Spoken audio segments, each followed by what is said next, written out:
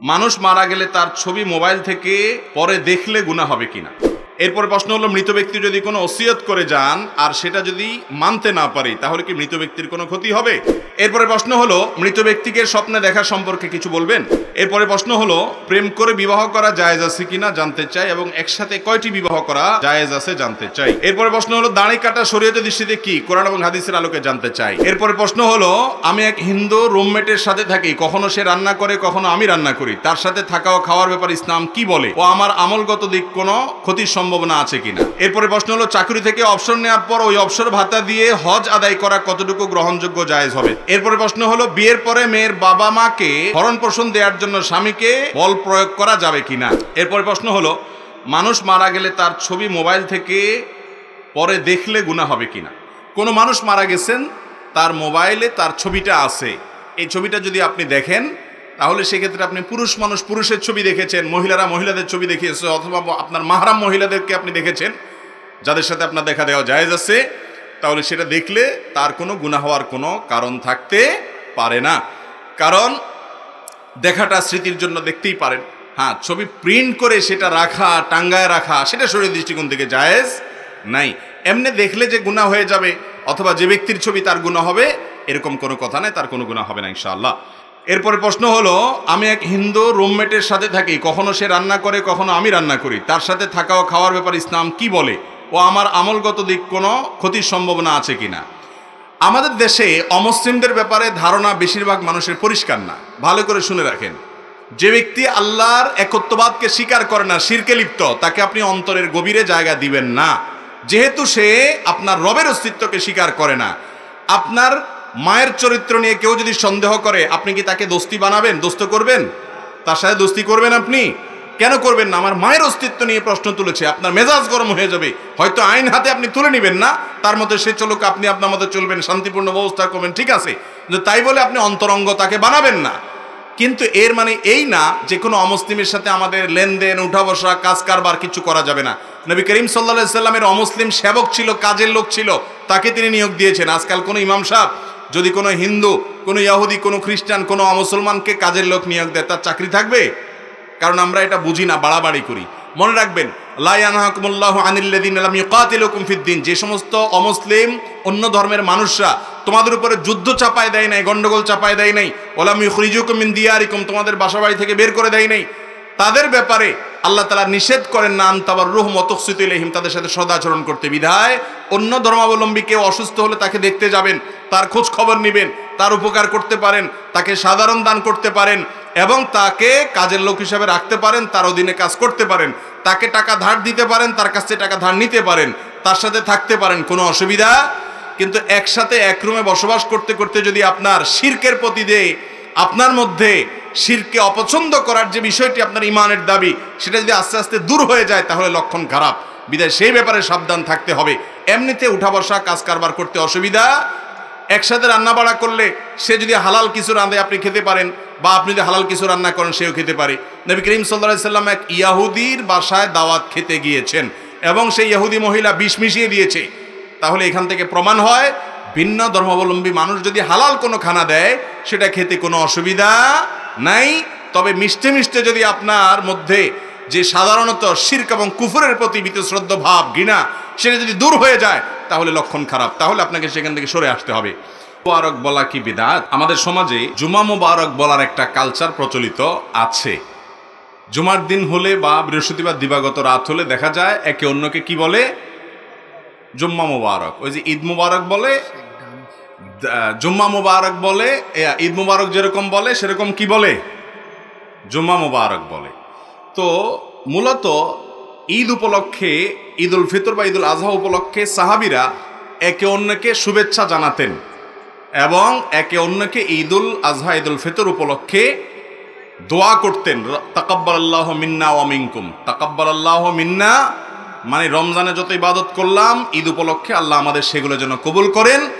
আর কোরবানির ঈদে আগে জিলহজের প্রথম 10 দিন ইবাদত বন্দেগী যা করতে পারলাম, সেগুলো যেন আল্লাহ আমাদের কবুল করেন। ঈদটা হলো মূলত ইবাদতের কারণে, রমজানের সারা মাস ইবাদত করেছেন, সেজন্য একটু আনন্দের সুযোগ ঈদ উল ফিতর। জিলহজের প্রথম 10 দিন ইবাদতের মৌসুম, ইবাদত করেছেন, এই জন্য তার নগদ পুরস্কার ঈদুল আজহা। তো আগের দিনগুলোর ইবাদত জন্য কবুল হয় সেজন্য দোয়া করতেন সাহাবীরা, এটা ছিল সুন্নাত। বাকি ঈদ মুবারক মানে তোমার ঈদ বরকতময় হোক, এটাও একটা দোয়া, এটাও একটা শুভেচ্ছা। জুমার দিন উপলক্ষে কোনো শুভেচ্ছা বিনিময় করার কথা সাহাবায়ে কেরাম থেকে বর্ণিত নাই। ইসলামের কাজ হিসাবে, ধর্মের কাজ হিসাবে যদি কেউ কোনো ফরম্যাট, কোনো ইবাদত, কোনো ভালো কাজের সিস্টেম চালু করে, অথচ সেই ব্যাপারে কোরআন হাদিসে কোনো প্রুফ না থাকে, একটা হলো যে ওয়াসিলা বা মাধ্যম, মৌলিকভাবে ধর্মীয় কাজ না, যেমন এই যে মাইকের ব্যবহার, এটা মাধ্যম আওয়াজটাকে পৌঁছানোর জন্য, এই মাইক ব্যবহার করা আলাদা কোনো ইবাদত না। আরেকটা হলো মূলগতভাবে ইবাদত, যেটা মূলগতভাবে ইবাদত মাকাসেদ যেটাকে বলা হয়, সেখানে নতুন কিছু সংযোজন করা যাবে না, সেখানে সেটাই গ্রহণ করতে হবে যেটা কোরআন এবং হাদিস থেকে বর্ণিত হয়ে এসেছে। অতএব জুমা মুবারক এরকম বলা বা জুমার দিন উপলক্ষে কোনো অভিবাদন আদান প্রদান করার কোনো শিক্ষা, কোনো নির্দেশ কোরআন হাদিস থেকে আমরা পাই না। যার কারণে এই দিনকে কেন্দ্র করে কোনো শুভেচ্ছা বিনিময় করাকে কেউ সুন্নাহ মনে করলে, জুমার দিনের আমল মনে করলে সেটা ভুল হবে, সেটা পরিত্যাজ্য হবে, সেটা বেদাতে পরিগণিত হতে পারে। আর জুমার দিনের যে সুন্নাহগুলো আছে সেগুলো স্মরণ করিয়ে যাওয়া যেতে পারে, যে আজকে জুমার দিন, দুরুদ পড়ার দিন। সপ্তাহের মধ্যে দুরুদ পড়ার জন্য সবচেয়ে শ্রেষ্ঠ দিন কোনটা? জুমার দিন। নবী করিম সাল্লাল্লাহু আলাইহি সাল্লাম বলেছেন, আকসিরু আলাইয়া মিনাস সালাতি মিন ইয়াউমিল জুমআতি ওয়া লাইলাতিল জুমআহ, বাইহাকির হাদিস। তোমরা জুমার রাতে এবং জুমার দিনে আমার প্রতি বেশি বেশি দুরুদ প্রেরণ করবা। দুরুদ পাঠের শ্রেষ্ঠ সিজন, মৌসুম হলো জুমার দিন। জুমার দিনের দুরুদটা হলো সবচেয়ে শ্রেষ্ঠ দুরুদ। আর এই জন্য বৃহস্পতিবার সন্ধ্যার পর থেকে নিয়ে জুমার দিন সন্ধ্যার আগ পর্যন্ত এই 24 ঘন্টা দুরুদ পাঠের সময়, এই টাইমটাতে অন্যকে স্মরণ করায় দেন, নিজে দুরুদ পাঠ করেন। এটা হলো কাজের কাজ। হাদিসে যেটা করতে বলা হয়েছে সেটা করেন, সেটার খোঁজ খবর নেই।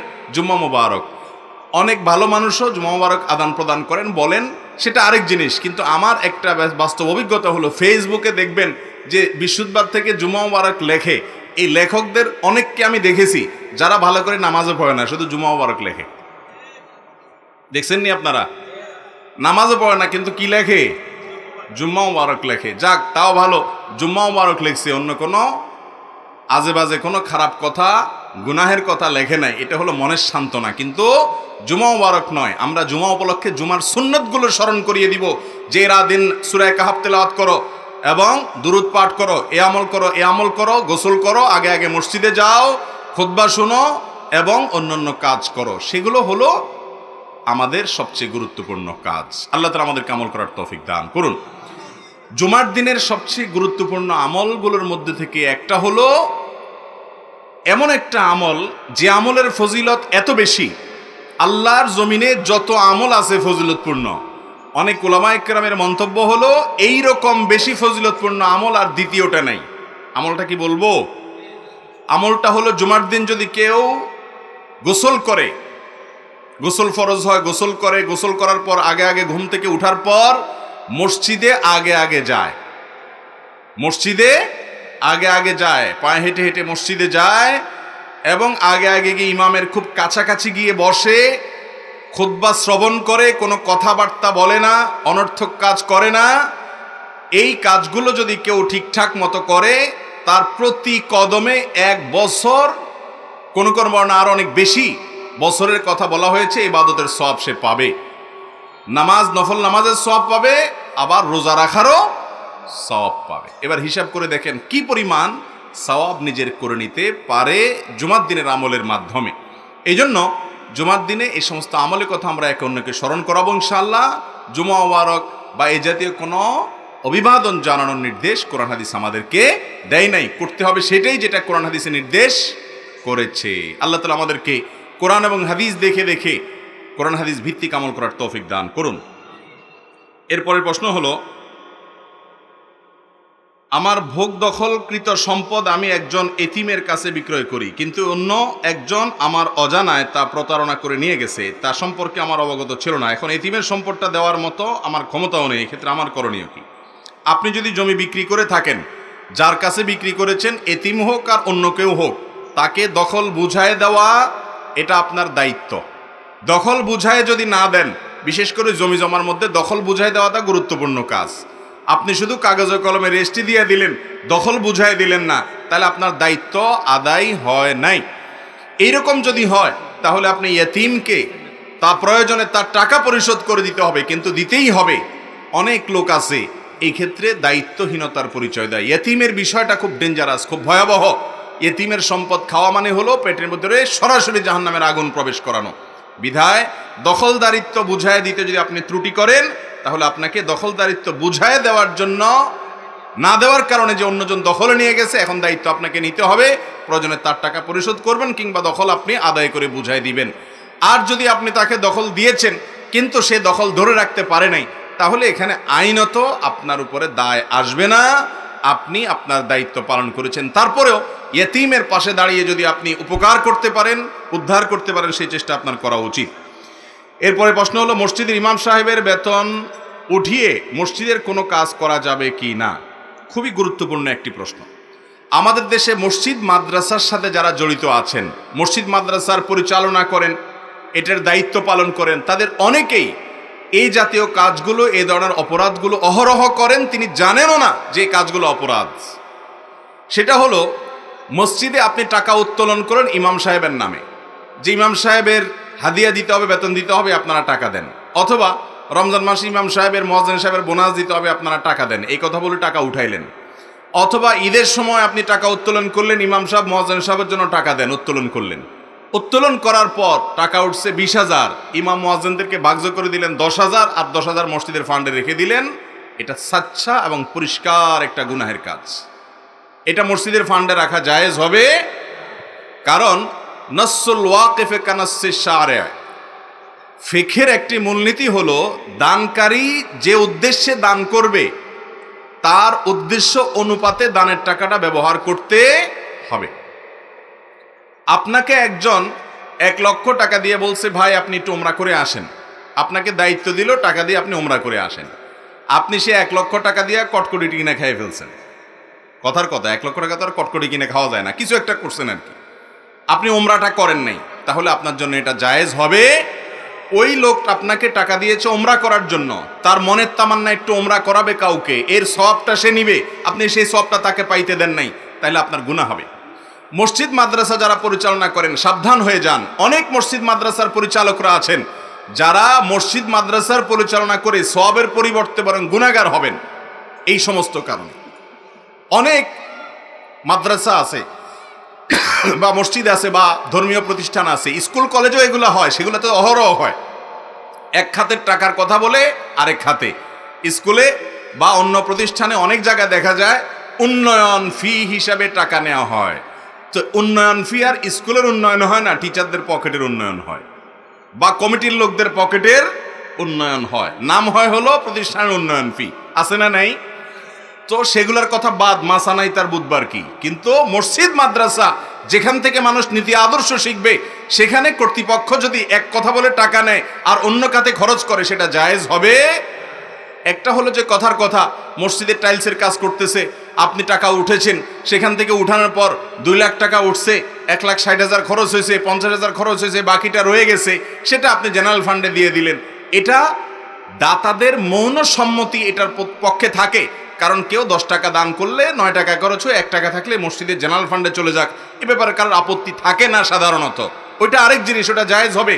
কিন্তু আপনি ঠান্ডা মাথায় এক কথা বলে টাকা তুলে আরেক খাতে খরচ করলেন, এটা গুনাহের কথা।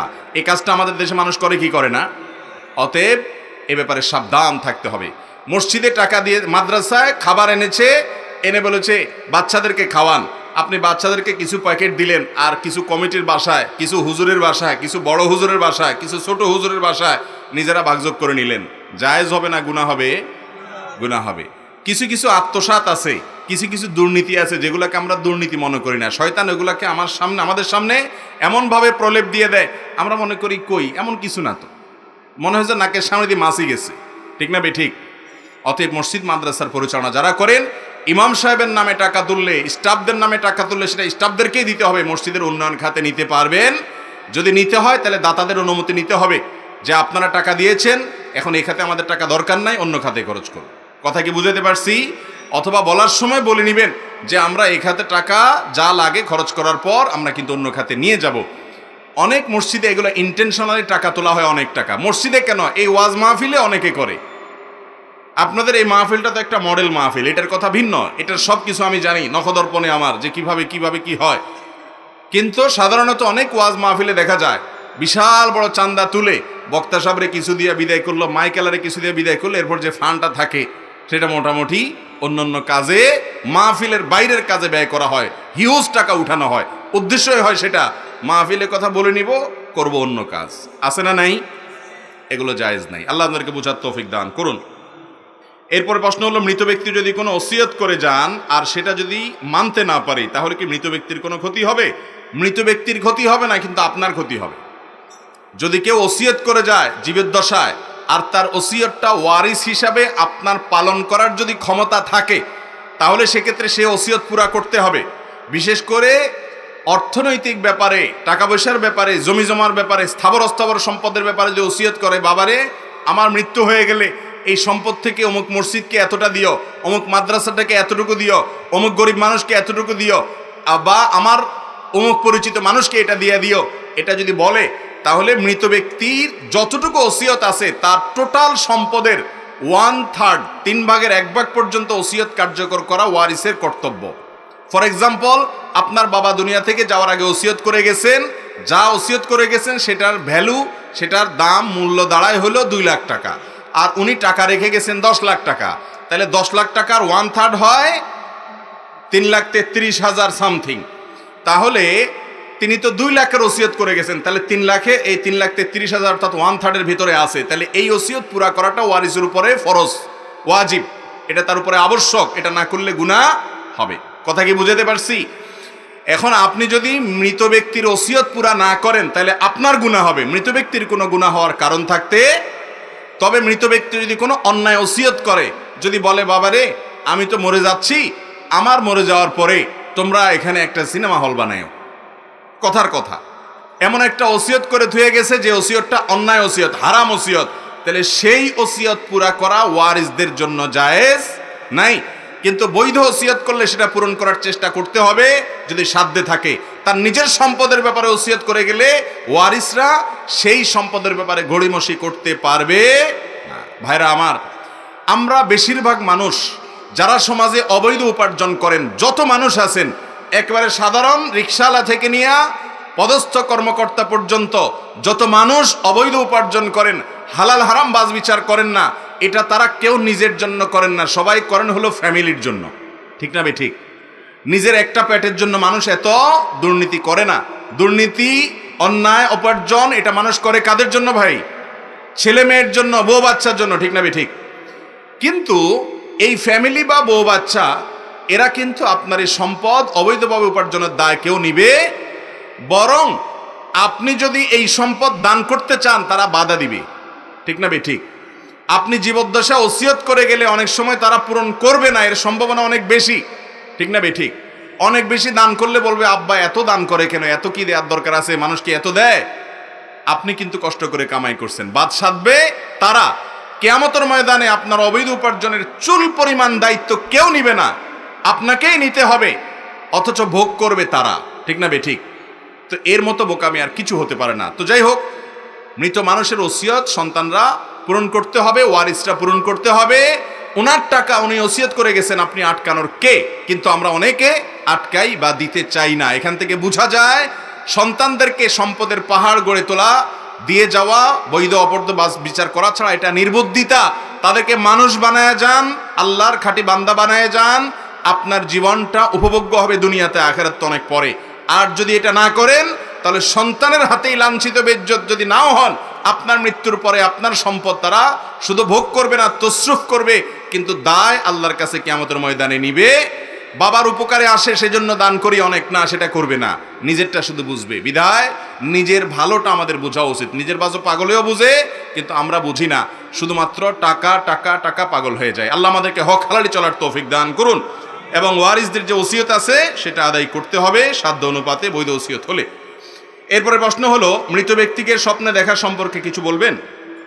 মৃত ব্যক্তিকে স্বপ্নে দেখলে কি করতে হয়?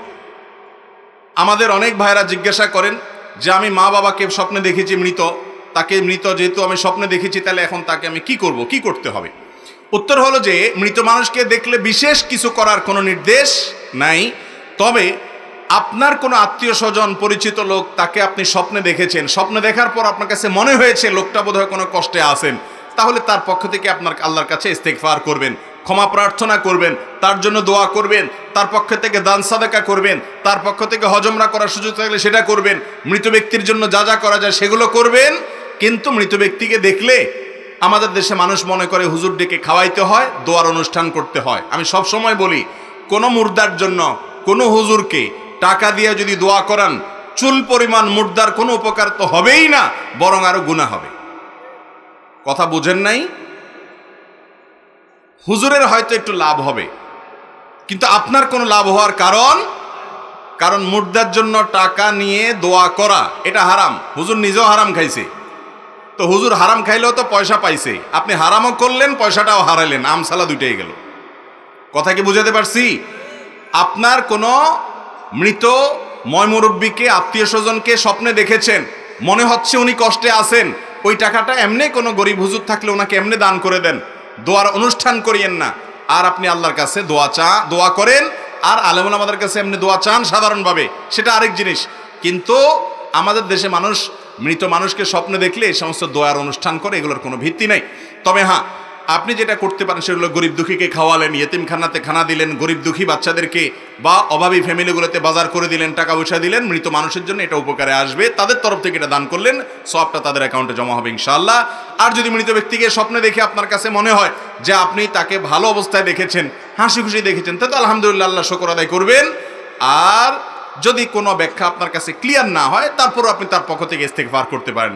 মৃত ব্যক্তিকে স্বপ্নে দেখলে অমুকটা করতে হবে, তমুকটা করতে হবে, এত মানুষ খাওয়াইতে হবে, এত মানুষকে বসে দাওয়াত দিতে হবে, এরকম কোনো বিশেষ ফরম্যাট বা বাধ্যবাধকতা ইসলাম ঠিক করে দেয় নাই। এরপরে প্রশ্ন হলো, প্রেম করে বিবাহ করা জায়েজ আছে কিনা জানতে চাই, এবং একসাথে কয়টি বিবাহ করা জায়েজ আছে জানতে চাই। ভাই, মানুষ একটাই করতে পারেন, আপনি কয়টার প্রশ্ন জিজ্ঞেস করছেন? আল্লাহ জানে কি করার নিয়ত নাকি আজাইরা প্রশ্ন। দেখেন, বিয়ের আগে অবৈধ সম্পর্ক করা হারাম। বিয়ের আগে অবৈধ সম্পর্ক করা কি হারাম। এই হারামটা যারা করে তাদের বৈবাহিক জীবনে আরাম কম হয়। এই হারামটা যারা করে তাদের বৈবাহিক জীবনে আরাম কম হয়, এটা অভিজ্ঞতা দ্বারা প্রমাণিত। আশেপাশে ডানে বামে খেয়াল করে দেখেন, বিয়ের আগে অতিরিক্ত প্রেম, অতিরিক্ত ভালোবাসা যখন উতরায়, সময় মতো যখন ভালোবাসার দরকার হয়, তখন ভালোবাসার পুঁজিতে টান পড়ে। কথা কি বুঝাতে পারছি? তখন ভালোবাসার পুঁজিতে কি পড়ে? টান পড়ে। বিধায় এটা করা উচিত না। আর একসাথে যদি একাধিক বিয়ে কেউ করতে চায়, ইসলামী শরীয়তের কোনো বাধা নাই। সে যদি তার পিঠ বাঁচাইতে পারে, শ্বশুরবাড়ির মাইধর, নতুন বউর মাইধর, বউদের ঝগড়াঝাটি, এগুলো সব সামলাইতে পারে। আর তার চাইতে বড় কথা হলো, একাধিক স্ত্রী থাকলে তাদের মধ্যে সমতা রক্ষা করা কি সুন্নত না ফরজ? ফরজ। সে এটা করতে পারবে কিনা, নিজের উপরে নিজের কতটা আত্মবিশ্বাস বা কনফিডেন্ট আছে, এটার উপরে নির্ভর করবে তার জন্য একাধিক বিয়ে জায়েজ কিনা। যদি করতে পারে, তার সে ক্ষমতা আছে, নিজের উপরে নিজের সে আত্মবিশ্বাস আছে যে সে আল্লাহর নাফরমানি করবে না, নতুন বউর দিক টানবে না, পুরান বউর উপরে সে জুলুম করবে না, সমান হারে সবাইকে ভরণ পোষণ দিবে, সবার সাথে সময় কাটানো, সব কিছু সমান হারে দিবে, কোনো প্রকার বেইনসাফি করবে না, এই আত্মবিশ্বাস যদি তার থাকে, আর বিবাহ করার পর সবার হক আদায় করার ক্ষমতা থাকে, এবং ওই যে পাশাপাশি আজকালকার বাস্তবতা অনুযায়ী যে এর পরবর্তী যে পরিস্থিতি হবে এটা সামলানোর ক্ষমতা যদি তার থাকে, তাহলে ইসলামের দৃষ্টিতে কোনো বাধা নাই। মাসআলা শুনে করলেন, এরপরে মাইদুরকে আমার দোষ দিলেন, তাহলে হবে না। এরপরে প্রশ্ন হলো, দাড়ি কাটা শরীয়তের দৃষ্টিতে কি? কোরআন এবং হাদিসের আলোকে জানতে চাই। শরীয়তের দৃষ্টিকোণ থেকে দাড়ি কাটা, দাড়ি চাষা এটা গুনাহের কথা। দাড়ি কাটা, দাড়ি চাষাটা কিসের কথা ভাই? গুনাহের কথা, এটা জায়েজ নাই। দাড়ি রাখা ওয়াজিব। দাড়ি রাখা কিরে ভাই? অনেকে বলে সুন্নত। এক্ষেত্রে ডক্টর খন্দকার আব্দুল্লাহ জাহাঙ্গীর রহমাতুল্লাহ চমৎকার বলেছেন। তিনি বলেছেন, আমাদের নবীজি দাড়ি রেখেছেন, সেই হিসাবে উনি যা করেন সেটা সুন্নত, সেই হিসাবে এটা সুন্নত। কিন্তু উনি দায় রাখার নির্দেশ করেছেন, সেজন্য তার নির্দেশ মানা ওয়াজিব। অতএব দায় রাখা পৃথিবীর প্রায় সব স্কলারদের মতেই ওয়াজিব। অনেকে বলে দাড়ি এতটুকু রাখলেই হবে যে নারী পুরুষ পার্থক্য করা যায়। তো নারী পুরুষ পার্থক্যের জন্য দায়ের দরকার হয় না, তো মোজ দেখলেই বোঝা যায়, ঠিক না? ঠিক, তাহলে তো আর দায় রাখারই দরকার নেই, মোজ থাকলেই চলে, নারী পুরুষ পার্থক্য করা যায়। এগুলো মন গড়া ফতোয়া, আপনি রাখতে পারেন না। শুরুটা করছেন ঘোষা ঘোষা দাড়ি দিয়া, ওয়েলকাম, আলহামদুলিল্লাহ, শুরু তো করছেন। তাকে আপনারা অভিবাদন জানান, তাকে আপনারা কটু কথা বলেন না, আস্তে আস্তে তিনি পুরোটা রাখবেন। কিন্তু আপনি এই খোসা খোসা যেটা রাখতেছেন, এটার সপক্ষে রাসূলের হাদিসে উল্টাইয়া, হাদিসে পরিবর্তন করে মন মতো মাসআলার একটা বানায় নিয়েন না, এটা খুব ভয়াবহ জিনিস। কথা কি বুঝাতে পারছি? এরপরে প্রশ্ন হলো, জ্ঞানীর কলমের কালি শহীদের রক্তের চেয়ে দামি, এ কথা কতটুকু শরীয়ত সম্মত? এটা সম্পূর্ণ ভিত্তিহীন জাল হাদিস, ভুয়া এবং মন গড়া কথা। নবী করিম সাল্লাল্লাহু আলাইহি সাল্লাম বলেছেন, মান কাযাবা আলাইয়া মুতাআম্মিদান, যে ব্যক্তি আমার নামে মিথ্যা কথা বলবে, বানিয়ে বলবে, ফালইয়াতাবাওয়া মাকআদাহু মিনান নার, সে যেন তার ঠিকানা জাহান্নামে নিশ্চিত জেনে রাখে। জাহান্নামের টিকিট যেন সে বুকিং দিয়ে দিল, রিজার্ভেশন করে ফেললো, এরকম ব্যাপার যদি নবীজির নামে কি বলে, মিথ্যা। গ্রামাঞ্চলে অনেক হাদিস আছে যে হাদিসগুলোর নাম হলো হাদিসুন নেসা। হাদিসের নাম কি ভাই? মানে বুঝেন, মহিলাদের হাদিস। হাদিসুন নেসা মানে কি? মানে মা চাচিরা বলা বলি করে আরে হাদিসের নাম দিয়ে, এটার কোনো ভিত্তি কোরআন হাদিসে? তো নবীজির নামে এরকম মিথ্যা কথা বললে সেটা কি সগীরা গুনাহ, কবিরা গুনাহ? কবিরা গুনাহ, এ ব্যাপারে কোনো সন্দেহ। অনেক মা বোন আছেন দেখবেন, বিশেষ করে মা চাচিরা আছেন একটু বয়স্ক হয়ে গেছে, কোত্থেকে কি শুনছে না শুনছে অনবরত বলে যাচ্ছে নবীজির নামে, আছে না নাই? তো এই হাদিসগুলা মহিলাদের মধ্যে যেরকম আছে, পুরুষদের মধ্যেও আছে ব্যাপক হারে। এটা হলো সেরকম একটা হাদিস যে জ্ঞানীর কলমের কালি শহীদের রক্তের চাইতেও দামি। জ্ঞান অর্জন করা ইসলামে গুরুত্বপূর্ণ। ইসলাম এমন ধর্ম যে ধর্মের প্রথম নির্দেশই হলো ইকরা, পড়ো।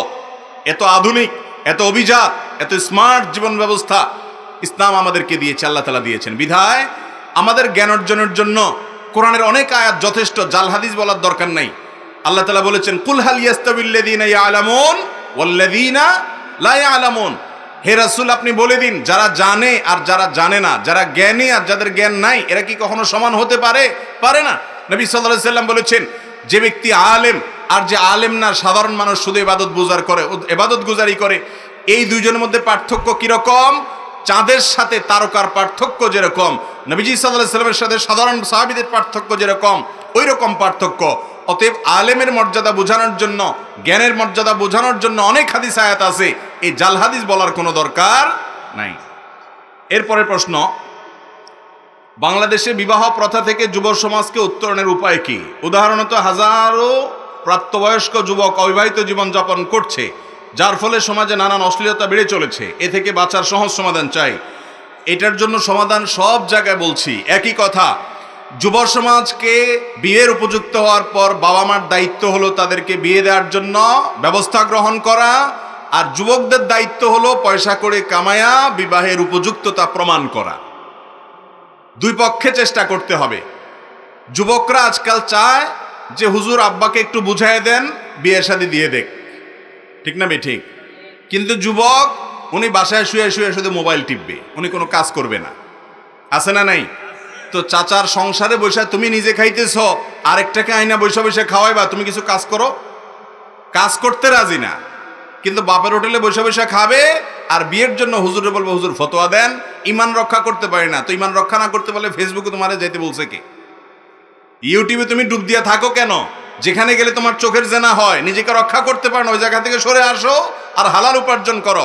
ভাই, উপার্জন করলে, পয়সা করে কামাইলে, এরপরে বিয়ে আপনার করা লাগবে না, দেখবেন মেয়ের বাপরাই আপনাকে সোলাই বলে নিয়ে যাবে, ঠিক না বে ঠিক?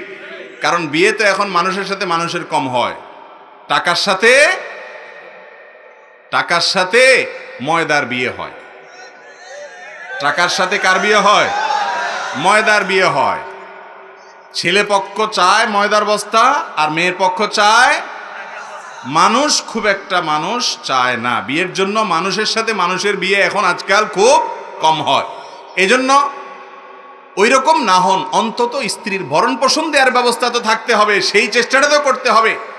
এটা হলো যুবকদের জন্য। আর মুরব্বী চাচারা যারা আছেন, আপনাদেরকে বলতেছি, ছেলে যখন বিয়ের উপযুক্ত হবে, আল্লাহ যদি আপনাকে অ্যাবিলিটি দেয়, ছেলেকে সহযোগিতা করে হলেও বিয়ে দিয়ে দেন। কারণ যদি বিয়ে না করান, সে এখনকার যে সময়, এখনকার যে পরিস্থিতি, চতুর্দিকে জেনার হাতছানি, বাঁচতে পারে না, কঠিন হয়ে গেছে। এই সময়টাতে সে যদি পাপাচারে লিপ্ত হয় আর আপনি অবহেলা করেন, বলেন না এই টাকা হবে না, আরো কামা, বুড়া হওয়া ছাড়া বিয়ে না দেন, তাহলে সেক্ষেত্রে আপনি আল্লাহর কাছে অপরাধী হিসাবে বিবেচিত হবেন। অনেক মা আছে ছেলেকে সহজে বিয়ে দিতে চায় না, বলে বিয়ে করলে ভালোবাসাটা দুই ভাগ হয়ে যাবে, যতদিন আমার কাছে থাকে ততই ভালো। অনেক মা এরকম আছেন, বিশেষ করে গ্রামাঞ্চলে। আর বাপেরা আছেন বলে যে না এত সকাল কিসের বিয়ে, অথচ আমাদের মুরব্বীরা সব বিয়ে করছেন অল্প বয়সে বেশিরভাগ, ঠিক না ভাই? ঠিক। আগের যুগে বিয়ে হয়তো অনেক আগে, তাই না? আপনি নিজে বিয়ে করছেন অনেক আগে, ছেলেটারা এখন বুড়া বানানোর আগে বিয়ে দিবেন না, এই অবিচার কেন করবেন আপনি? আল্লাহর কাছে জবাবদিহি করা লাগবে। আপনার আমলে বরং এত আগে বিয়ে না করলেও চলতো, তখন এত বেশি চোখের জেনার রাস্তা ছিল না। এখন যুবকদের নষ্ট করার জন্য হাজারো রাস্তা খুলে গেছে, এদেরকে বরং আরো আগে বিয়ে দেওয়া উচিত। অতএব মুরব্বীরা একটু দয়া মায়া করেন, আর না হলে গুনাহগার হবেন। আর যুবকরা ঠিক ঠিক না বলে পয়সা কামাই করেন। এরপরে প্রশ্ন হলো, মা বাবার সাথে সন্তানের আচরণ কেমন হওয়া উচিত? মা বাবার সাথে সন্তানের আচরণ হবে রাজার সঙ্গে প্রজাদের আচরণের মতো।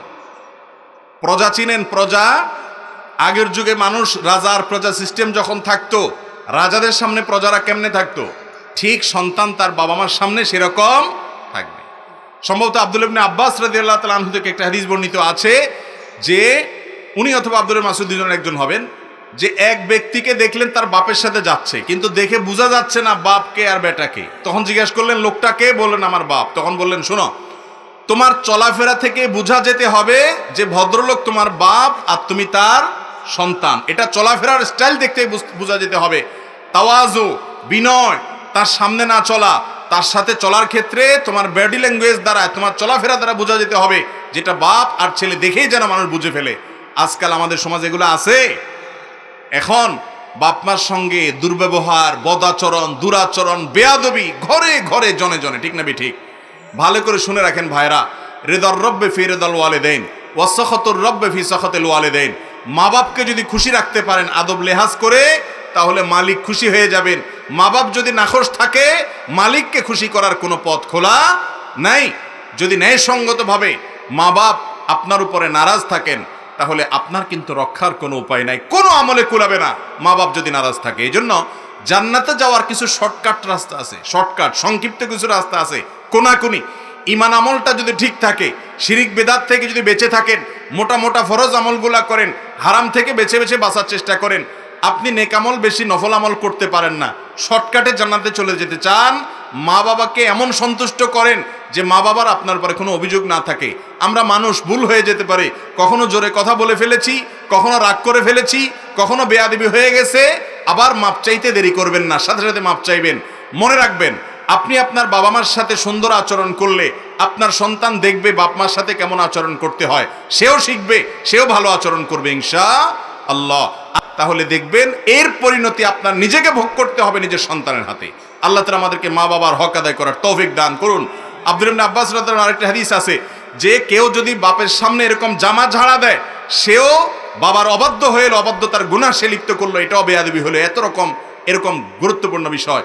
এক সাহাবী তিনি তার মাকে, এক লোক তার মাকে কাঁধে নিয়ে তওয়াফ করতেছে, বয়স্ক মাকে কাঁধে নিয়ে, বৃদ্ধ মানুষ ভার হয়ে গেছে, শরীর ছেড়ে দিছে।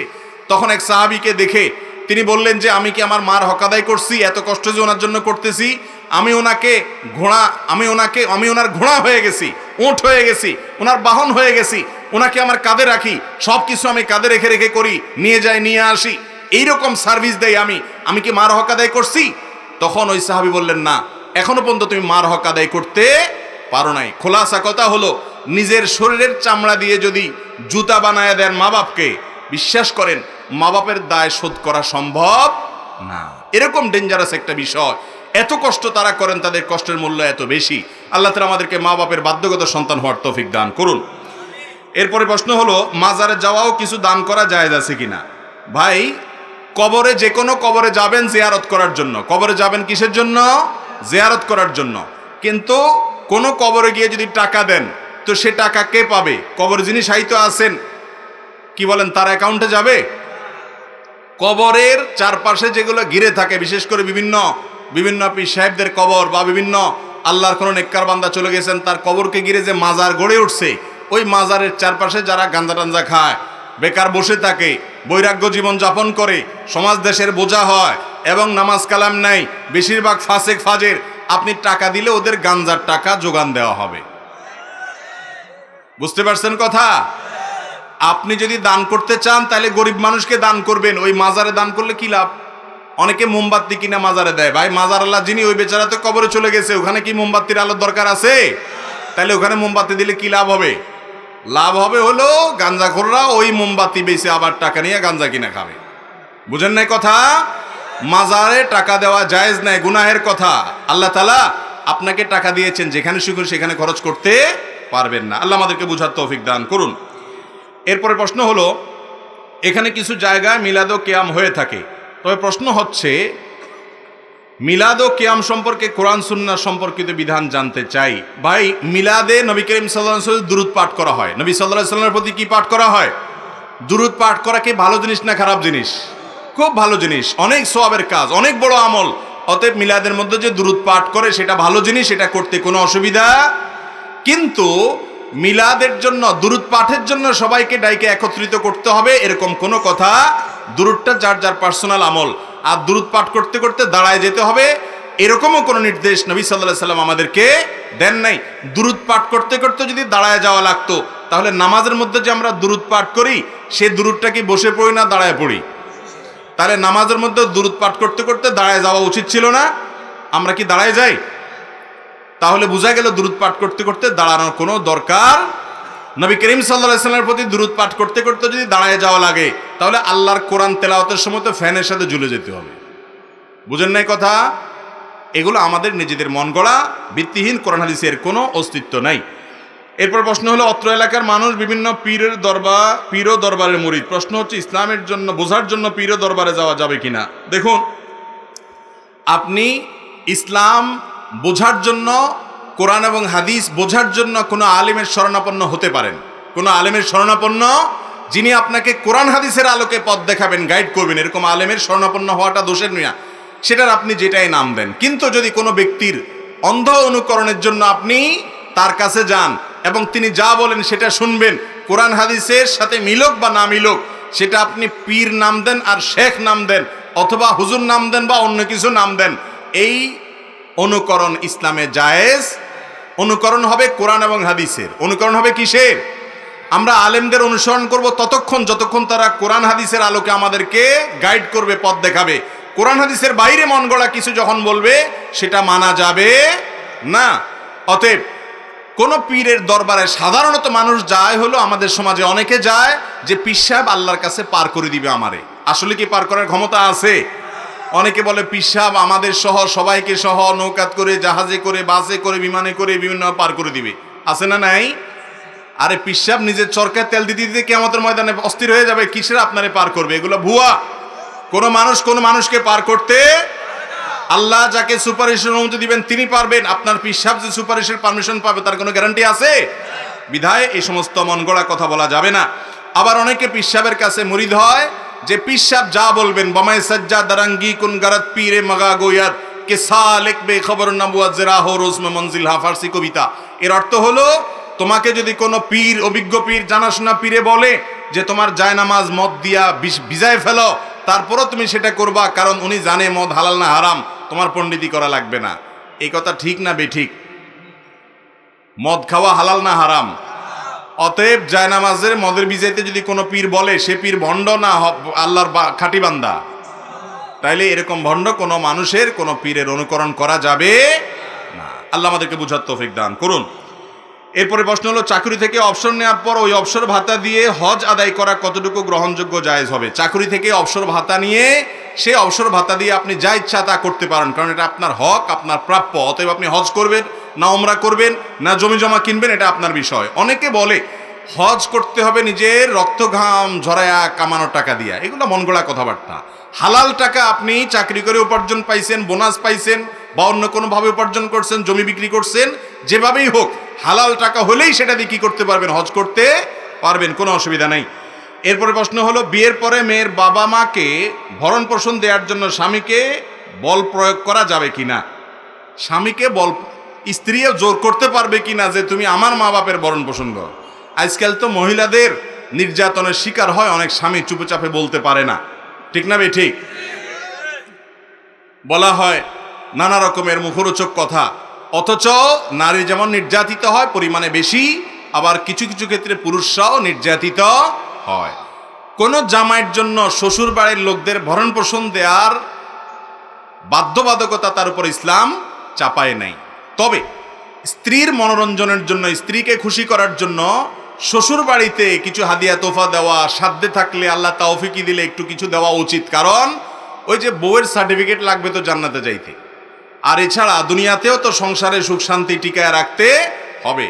আপনার বাপমা যেরকম খেদমত করা আইনিভাবে আপনার স্ত্রী বাধ্য নন, তারপরও তিনি করেন, আপনি আপনার শ্বশুর শাশুড়ির খরচ খরচা বহন করা আইনত বাধ্য না থাকলেও আপনার জন্য সাধ্য থাকলে তাদের খেদমত করার ব্যাপারে ইতিবাচক মানসিকতা থাকা উচিত, গিভ অ্যান্ড টেক থাকা উচিত।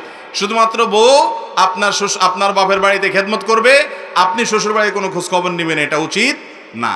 আবার অনেকে আছে শ্বশুর বাড়ির এমন মুরিদ হয়, মা বাপ ভাই বোন সব ভুলে গিয়া শুধু শ্বশুর বাড়ির লোকদেরকে পূজা করতে থাকে। আছে না নাই? ব্যালেন্স করতে হবে এবং সমান করতে হবে। এরপরে প্রশ্ন, নিজের দলের আলেম বা নেতা গ্রেপ্তার হলে প্রতিবাদ মিছিল করা আর অন্য দলের আলেম বা নেতা হলে মিছিল বা প্রতিবাদ না করা কি জায়েজ? দেখেন, আমরা আজকাল ইসলামটাকে অনেকটা দলীয় গণ্ডির মধ্যে সীমাবদ্ধ করে ফেলেছি। আমাদের ভালোবাসা বিদ্বেষ ইসলামের জন্য না হইয়া দলীয় পরিচয়ের জন্য হয়, এটা অবশ্যই অপছন্দনীয় এবং ইসলামের দৃষ্টিকোণ থেকে নিন্দনীয় বিষয়। মুসলমানের ভালোবাসা হবে কার জন্য? আল্লাহর জন্য। আপনার সাথে আমার শত মত পার্থক্য থাকতে পারে, কিন্তু আপনার ক্ষতিতে আমি দুঃখী হব, আপনার বিপদ থেকে আমি উত্তরণের জন্য চেষ্টা করব, আমারটাতে আপনি করবেন, এটা হলো ইমানের দাবি। বিধায় এর ব্যতিক্রম করা জায়েজ নয়। অন্যায় করার পর অনুতপ্ত হয়ে মনে মনে ওয়াদা করি এই অন্যায় আর করবো না, কিন্তু এই অন্যায়গুলো আবার করে ফেলি। আমাদের যুবকদের এমন কিছু ওসিয়ত করে যান যাতে আমরা অন্যায় করা থেকে দূরে থাকতে পারি। অন্যায় করা থেকে যদি দূরে থাকতে চান, সর্বপ্রথম কাজ হলো অন্যায়ের পরিবেশ থেকে সরে আসতে হবে। পরিবেশ থেকে কি করতে হবে? আপনি গুনাহের পরিবেশে থাকবেন, যতবারই তওবা করবেন গুনাহ থেকে বাঁচতে পারবেন না। এই জন্য পরিবেশ থেকে সরে আসতে হবে। যে বন্ধুদের সাথে থাকলে অন্যায় হয় তাদের থেকে সরে আসতে হবে। ফেসবুকের যে সমস্ত পেজ থেকে আজেবাজে জিনিস আছে সেগুলোকে আনফলো করে ফেলেন, সেগুলোকে ব্লক করে ফেলেন, ইগনোর করে ফেলেন এবং নট ইন্টারেস্টেড সেখানে সিলেক্ট করেন। এক কথায় খারাপ জিনিসগুলো থেকে সরে আসেন, দেখবেন হারাম থেকে বাঁচা, খারাপ থেকে বাঁচা সহজ হবে। দ্বিতীয়ত হলো ভালো মানুষদের সোহবত সাহচর্য, এটাও ভালো মানুষ হতে সহায়তা করে। তৃতীয়ত আল্লাহর কাছে বেশি বেশি দোয়া করবেন যেন আল্লাহ তৌফিক দেন। চোখে পানি ফেলবেন, আল্লাহ আমি তো পারি না, আপনি সাহায্য করেন, ইনশাআল্লাহ আল্লাহ তাআলা সহযোগিতা করবেন। টাকা পয়সা হলে কোনো আত্মীয়তার সাথে সম্পর্ক অনেকে রাখে না, এটা কেন? এটা হলো আত্মীয়তার ফরজ, গুরুত্ব সে বুঝে না, এই জন্য সে সমস্ত করে। আল্লাহ তাআলা আমাদের সবাইকে সব ধরনের